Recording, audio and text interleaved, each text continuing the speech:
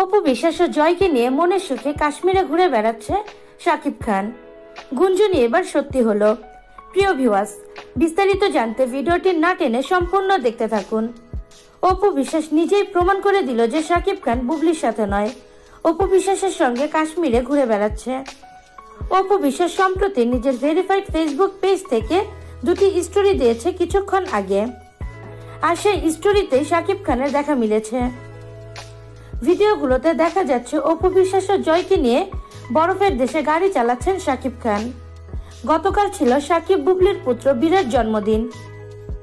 সেই জন্মদিনে বুবলি সাকিবের বাসায় গিয়েছিল। সেখানে গিয়ে সাকিবের অফিসে বীরের বেশ কয়েকটি ছবি তুলেছে এবং শাশুড়িকে সঙ্গে নিয়ে বীরের জন্মদিনে কেকও কেটেছে বুবলি। সেখানে দেখা যায়নি শাকিব খানকে। বুবলি বীরের জন্মদিনের বেশ কিছু ছবি সোশ্যাল মিডিয়ায় আপলোড করার কয়েক ঘন্টা পরেই অপু দিল মহা ধামাকা। দুটি স্টোরি দিয়ে সবাইকে রীতিমতো অবাক করে দিল অপু। সবাইকে দেখিয়ে দিল সাকিব আমাকে ও জয়কে নিয়ে কাশ্মীরে মনের আনন্দে ঘুরে বেড়াচ্ছে।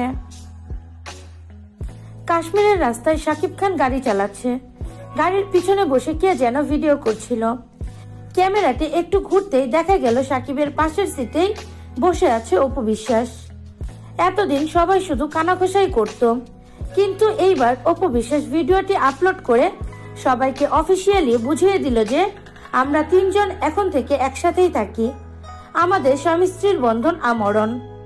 অনেকেই ধারণা করছিল বীরের জন্মদিনে মনের দুঃখে দেশ ছেড়েছে অপু বিশ্বাস, কিন্তু অপু বিশ্বাস ভিডিওটি সোশ্যাল মিডিয়ায় প্রকাশ করে মনের দুঃখে নয়, সাকিবের ইচ্ছেতেই আলাদাভাবে একটু সুন্দর সময় কাটাতে ছেলেকে নিয়ে কাশ্মীরে উড়াল দিয়েছেন অপু।